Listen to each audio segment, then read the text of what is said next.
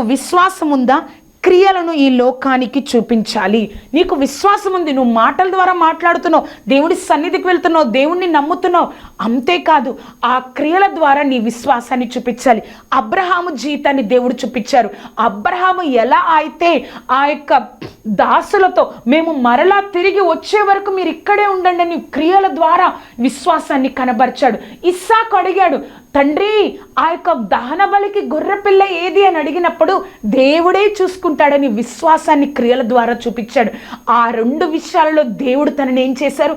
దేవుడు, అబ్రహామా నువ్వు దేవుడికి భయపడువాడని నాకు కనబడుచున్నది, ఒక్కగానొక్క కుమారును నువ్వు ఇయ్యకుండా వెనుదిరకకుండా ఉండలేదు కదా, నువ్వు దేవుడికి భయపడువాడని మన యొక్క క్రియలు ఈ లోకానికి మనం చూపించాలి. రాహాబు కూడా తను ఎంతగానో ఆ యొక్క దేవుడి మీద విశ్వాసం ఉంచింది, దేవుడి బిడ్డల్ని దాచిపెట్టింది. తన క్రియల